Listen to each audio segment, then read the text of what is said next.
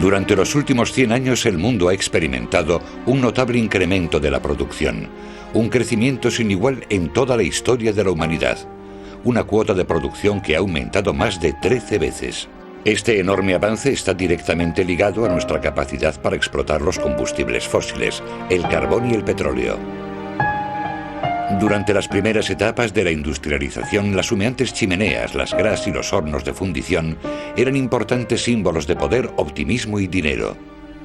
Pero el progreso tiene un precio. En el siglo XX, millones de personas murieron de cáncer de pulmón y de enfermedades cardiovasculares debido, sobre todo, al alto nivel de polución que había en el aire de las grandes ciudades de todo el mundo. Ciudades bajo el humo.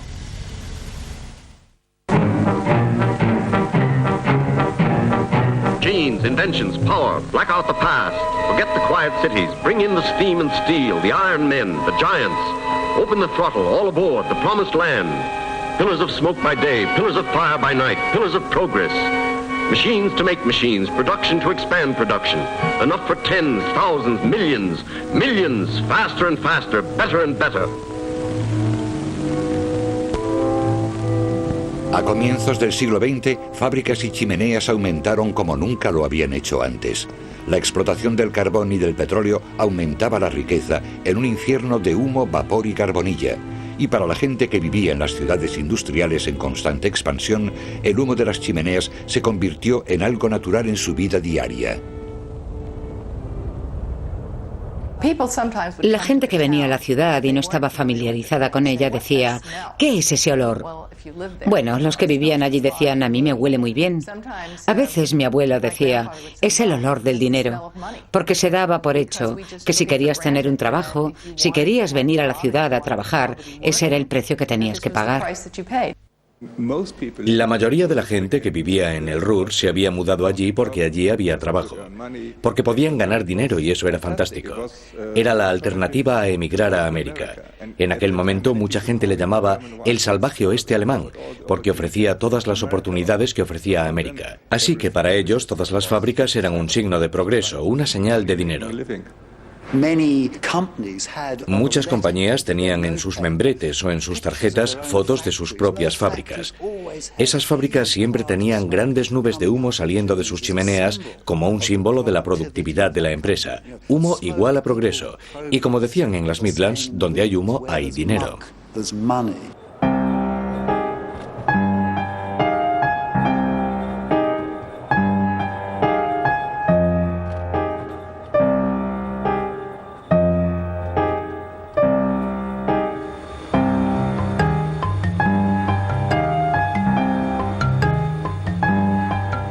La zona del Ruhr, en Alemania, es la zona industrial más grande de Europa. La existencia de carbón en esa zona era muy atractiva para la industria, y allí se instalaron cientos de enormes factorías. Pero no todo el mundo estaba entusiasmado con las humeantes chimeneas.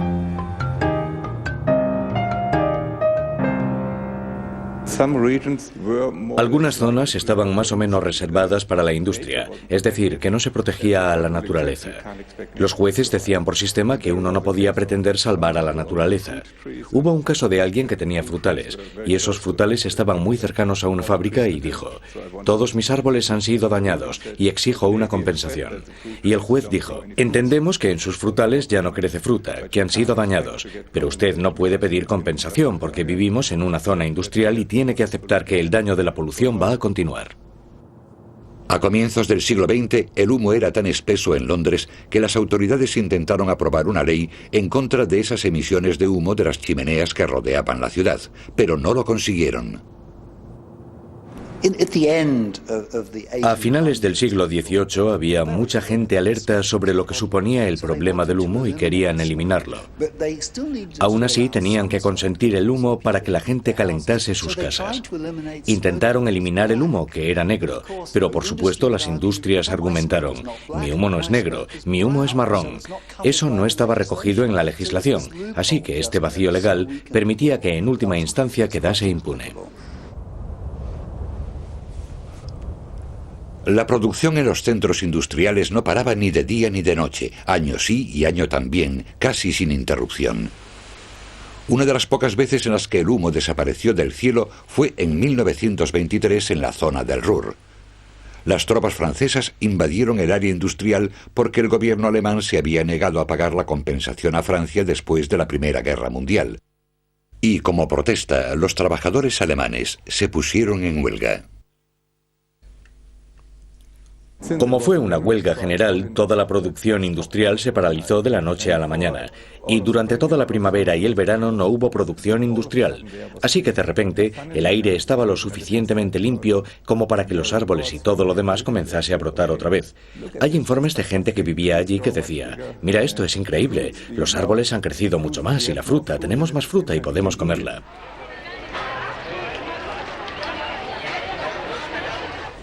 Pero la lección final era que si la única forma de tener un aire limpio era cerrando las fábricas, eso no sería posible, porque la gente no tendría trabajo, y en consecuencia la gente se alegró cuando se acabó la huelga general.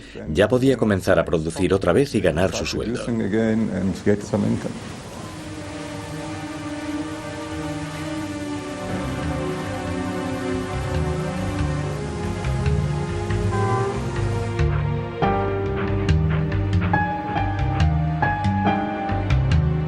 En los años 30 la gente se dio cuenta de que el humo de las chimeneas no era solo un signo de riqueza y prosperidad.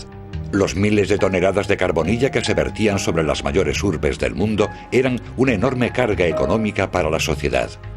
Solo en Inglaterra se emplearon 200.000 personas en lavanderías y se gastaron enormes cantidades de dinero para limpiar las ventanas de las oficinas y los edificios públicos.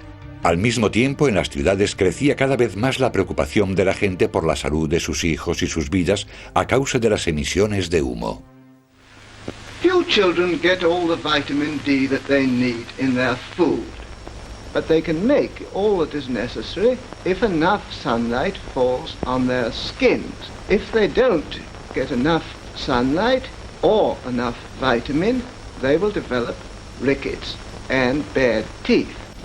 Now these children here are getting artificial ultraviolet radiation in order to protect them from rickets. It may be as good as real sunlight, but it's a great deal more expensive. Se administraban sedantes, calmantes. Era difícil combatir la enfermedad porque la bronquitis estaba en el ambiente y los médicos lo reconocían. Supongo que podemos hacernos la pregunta de ¿por qué lo permitían si los doctores lo sabían? ¿Por qué permitían que esto continuase? Supongo que podemos pensar en dos posibles razones. Una era simplemente política. La política podría cambiar eso, pero transformar la industria hacia otro tipo de combustible sería muy difícil. El carbón era el combustible que dominaba a las ciudades. ¿Cómo podían cambiar eso?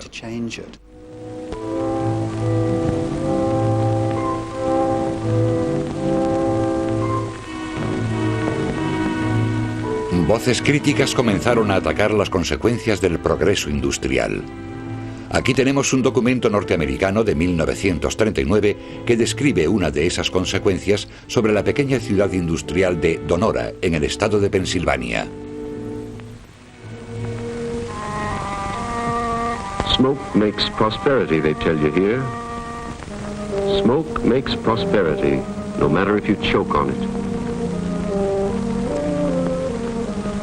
We got to face life in these shacks and alleys. We got to let our children take their chances here with rickets, typhoid, TB, or worse. They draw a blank, the kids. They have no business here, this no man's land, this slag heap wasn't meant for them. There's poison in the air we breathe, there's poison in the river. The fog and smoke below ride up and choke us.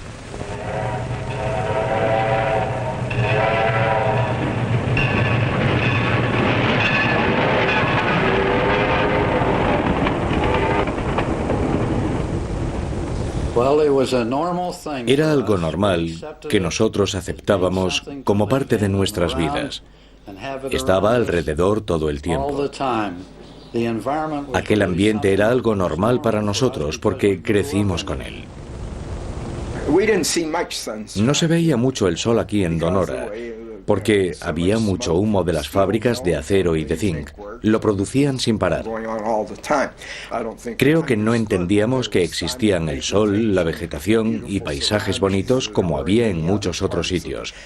Porque en aquellos tiempos, un buen día para nosotros era ir de viaje a Pittsburgh. Pero Pittsburgh estaba muy polucionado también por aquel entonces. No fue hasta que comenzaron los accidentes graves cuando la gente comenzó a darse cuenta de que el humo era peligroso para su salud. El humo podía incluso matar, como ocurrió en Donora en 1948. Durante 5 días, en octubre de 1948, los humos de las fábricas continuaron emitiéndose. Y el humo no se eliminaba, no desaparecía. A los 5 días la gente comenzó a ponerse enferma. En sus casas, en las fábricas, en las calles. Y sabían que algo iba mal, pero no sabían qué era lo que iba mal. El viernes por la mañana íbamos caminando hacia la escuela y apenas podíamos ver las luces de las calles, pero estaban allí. Y apenas se veían las señales de tráfico a lo largo de la avenida McKinney. No entendíamos realmente que se estaba gestando una tragedia en nuestra comunidad. Apenas podías ver tu mano delante de la cara. Así. Parecían las 12 de la noche en la calle principal de Donora y era solo media tarde. Una noche me fui a la cama y todo era normal. Me levanté a la mañana siguiente y todas mis plantas estaban completamente muertas. La violeta africana, los cactus... Y ya he olvidado cuáles eran las otras. Pero estaban muertas y nunca revivieron. La gente empezó a llamar a los bomberos porque no podían respirar. Así que les llevamos oxígeno para que pudiesen respirar.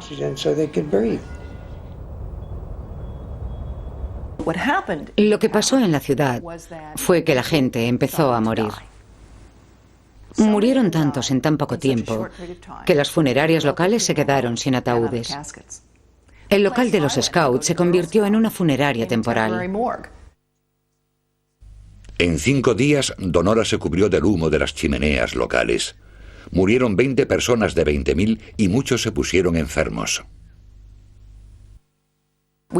Sabíamos que casi la mitad de la ciudad estaba afectada.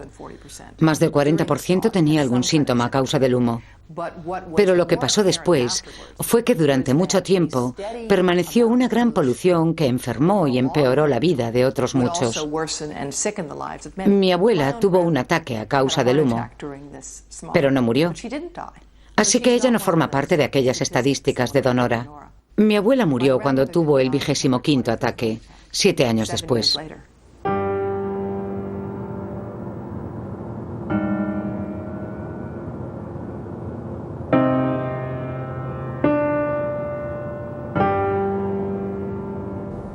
La población de Europa también tuvo serios problemas con la polución después de la Segunda Guerra Mundial, y una de las grandes urbes afectadas fue Londres.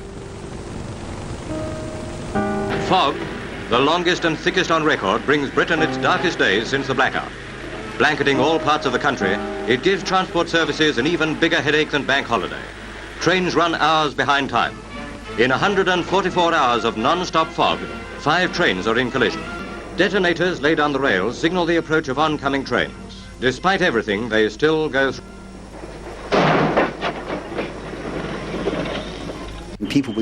La gente estaba acostumbrada a la niebla, pero la del año 52 era extraordinariamente espesa.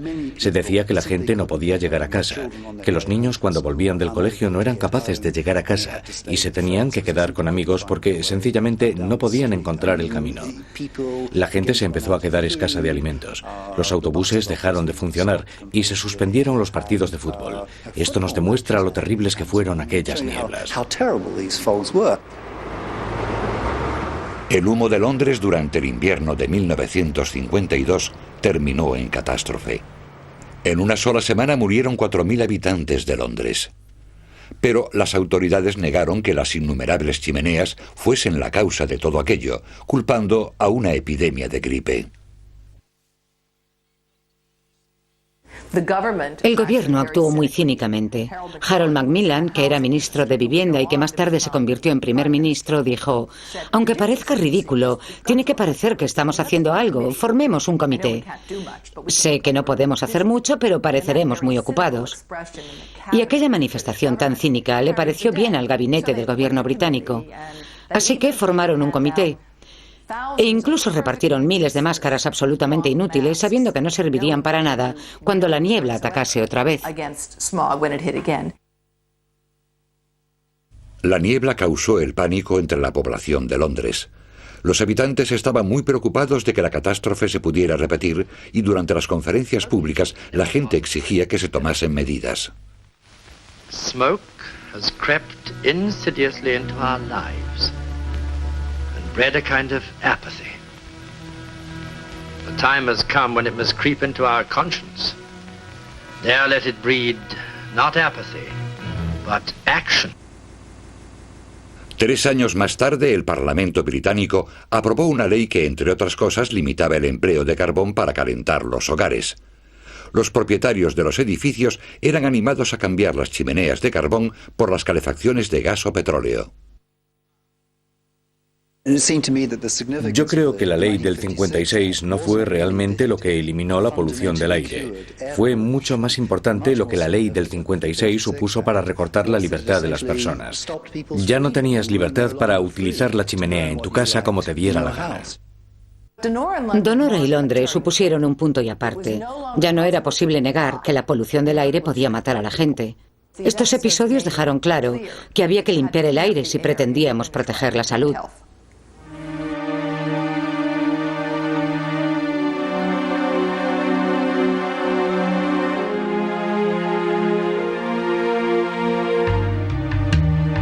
Durante los años 50 y las décadas siguientes, se trasladaron las factorías de las ciudades a zonas construidas especialmente para ellas, donde las chimeneas se hicieron más y más altas. La polución de las fábricas se redujo, aunque no significativamente, pero por contra se extendía a una zona mayor. Al mismo tiempo, tanto los generadores particulares como los de las grandes ciudades se transformaron en generadores de petróleo y gas en lugar de carbón. Consecuentemente, el aire ya no se vería afectado por el espeso humo de las grandes chimeneas. Sin embargo, apareció un nuevo tipo de polución que amenazaba el aire de las grandes ciudades de todo el mundo.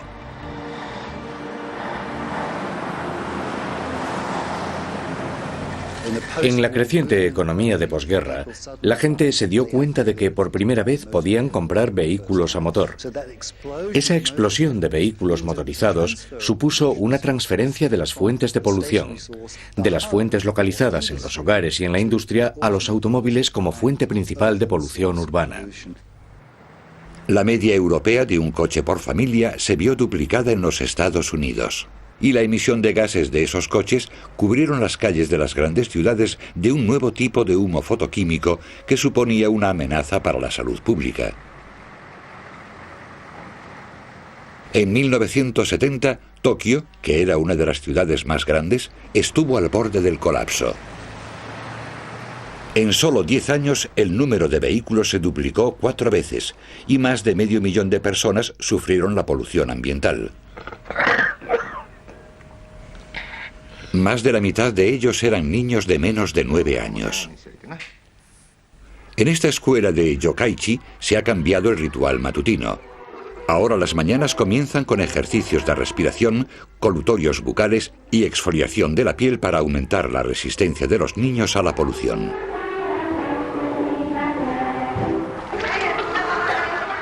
La escuela ha instalado un filtro de aire, así los niños pueden respirar aire limpio al menos durante un par de horas. El ritual de despedida se ha convertido en un minuto de silencio, porque niños y profesores se niegan a cantar la canción tradicional, debido a que la madre de uno de los niños acaba de morir a causa de la polución ambiental. En la mayor parte del mundo industrializado, los habitantes de las grandes urbes comenzaron a protestar en contra de la polución. Y en 1970, cientos de miles de personas marcaron el comienzo de lo que hoy se ha convertido en una manifestación anual antipolución, el Día de la Tierra. El Día de la Tierra era como un concierto de rock mundial, donde millones de personas de todo el mundo se reunían para decir: queremos que se reconozca la necesidad de un medio ambiente más limpio. Y en parte lo que inspiró aquello fueron algunos de los astronautas que miraron al solitario planeta y vieron que con su pulgar, cuando estaban allí arriba en el espacio, con su pulgar podían tapar completamente el mundo de donde venían. Y esa metáfora era tan poderosa que se extendió rápidamente para dejar claro que solo tenemos un planeta. Y por primera vez se tuvo conciencia general de la naturaleza global del medio ambiente. Los medios de comunicación se hicieron eco y se convirtió en una imagen muy poderosa que promovió muchas actividades, incluyendo nuevas leyes. La ley del aire limpio y la ley del agua limpia suponen esfuerzos para controlar la peligrosidad de las sustancias tóxicas. Todo eso partió de la conciencia de que el planeta que habitamos no puede esperar que la polución se quede dentro de las fronteras nacionales.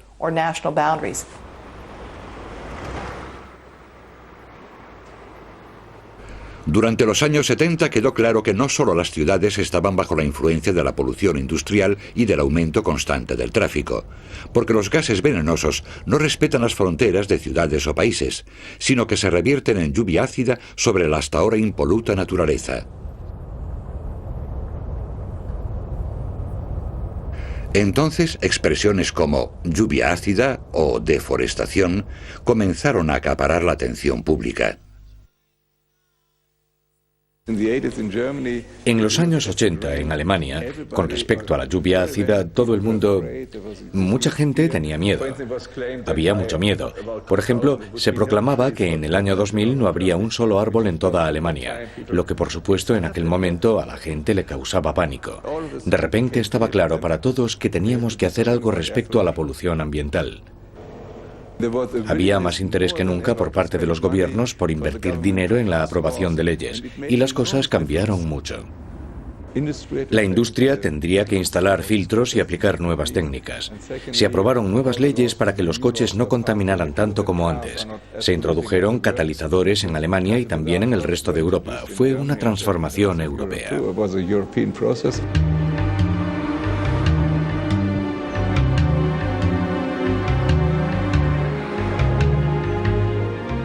Sin embargo, el impacto sobre los bosques europeos no fue tan drástico como se temía, y los catalizadores y el descenso de las emisiones habituales de la industria y el tráfico mejoraron la calidad del aire. Durante los 20 años siguientes, la cantidad de sulfuro descendió a una 10ª parte, y los llamados óxidos de nitrógeno de las emisiones de los coches también se redujeron, a pesar de que el incremento del número de vehículos era un factor extra a añadir. El aire en las grandes ciudades contenía peligrosas cantidades de monóxido de carbono, carbonilla y otras partículas, y a pesar de las mejoras, a comienzos de los 90, Los Ángeles todavía estaba altamente contaminada. They go to the nurseries and play, but the playtime is restricted. Children with asthma or elderly citizens are required to stay in the home because the air quality is so bad. When did you wash this car? I washed this car yesterday morning. And as the winds came in, as you can see here, smog is back already.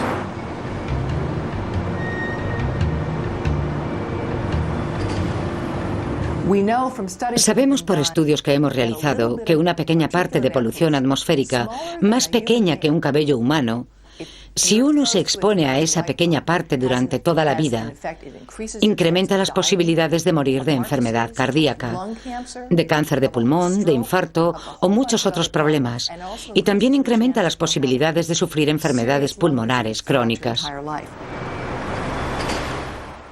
Según la Organización Mundial de la Salud, cada año mueren unas 800.000 personas por polución ambiental. La mayoría de ellas en las grandes ciudades en crecimiento del mundo en desarrollo. Ahora mismo hay 24 ciudades con una población de más de 10 millones de personas. Y 3 de cada 4 de las ciudades más grandes están en los países en desarrollo. En estas grandes ciudades hay millones de niños que no tienen sus necesidades básicas cubiertas. Y por encima de todo eso, tenemos grandes cantidades de autobuses y camiones diésel y pequeños coches causando polución, furgonetas, taxis e industria. Las grandes ciudades de las zonas del mundo pobre crecen tan rápidamente que las autoridades han pasado por momentos difíciles. En Calcuta, la India, la polución a causa de las chimeneas y los vehículos supone un problema para los pulmones de los habitantes comparable a fumar 20 cigarrillos al día. Y en una de las ciudades más polucionadas del mundo, Ciudad de México, el aire es espeso como el humo. De vez en cuando las escuelas de la ciudad tienen que cerrar y durante un episodio de humo especialmente peligroso, los habitantes podían ver cómo los pájaros caían muertos del cielo en muchas de las grandes plazas de la ciudad.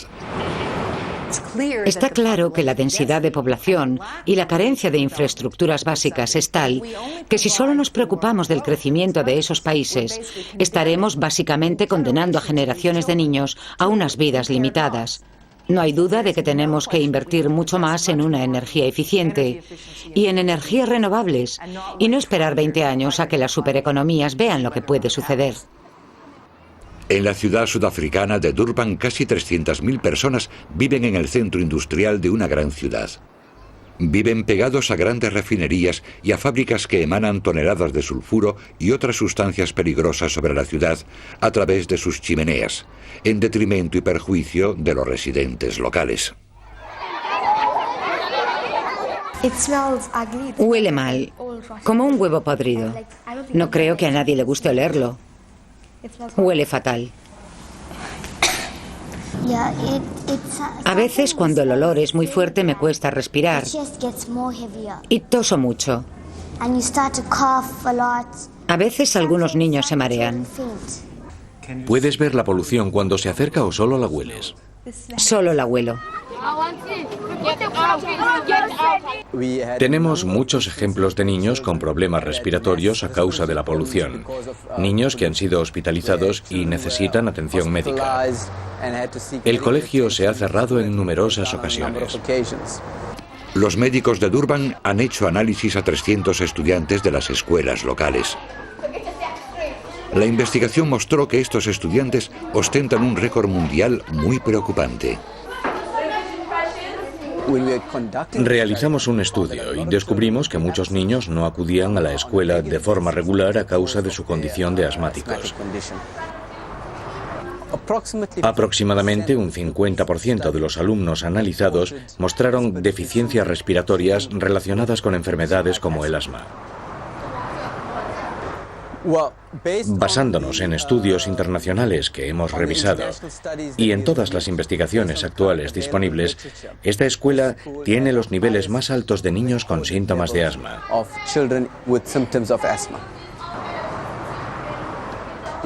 Esto tiene un gran impacto en la vida de un niño. Faltas de escolaridad, faltas de atención en clase.